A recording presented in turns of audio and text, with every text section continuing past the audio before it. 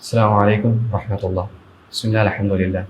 സഹോദരങ്ങളെ, ഇൻഷാ അല്ലാഹ് നമ്മൾ റമദാനിലെ അവസാനത്തിലെ 10ലേക്ക് പ്രവേശിക്കാൻ പോവുകയാണ്. നമ്മുടെ ഇബാദത്തുകളെല്ലാം വർദ്ധിപ്പിക്കേണ്ട സമയം.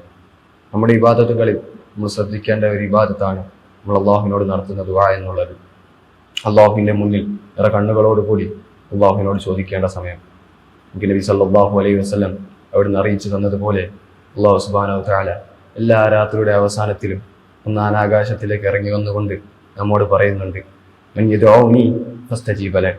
ആരാണ് എന്നോട് പ്രാർത്ഥിക്കാനുള്ളത്, ഞാൻ അവൻക്ക് ഉത്തരം നൽകാം. മൻ യസ്അലുനി ഫഉതിയ. ആരാണ് എന്നോട് ചോദിക്കാനുള്ളത്, ഞാൻ അവന് ചോദിക്കുന്നത് നൽകാം.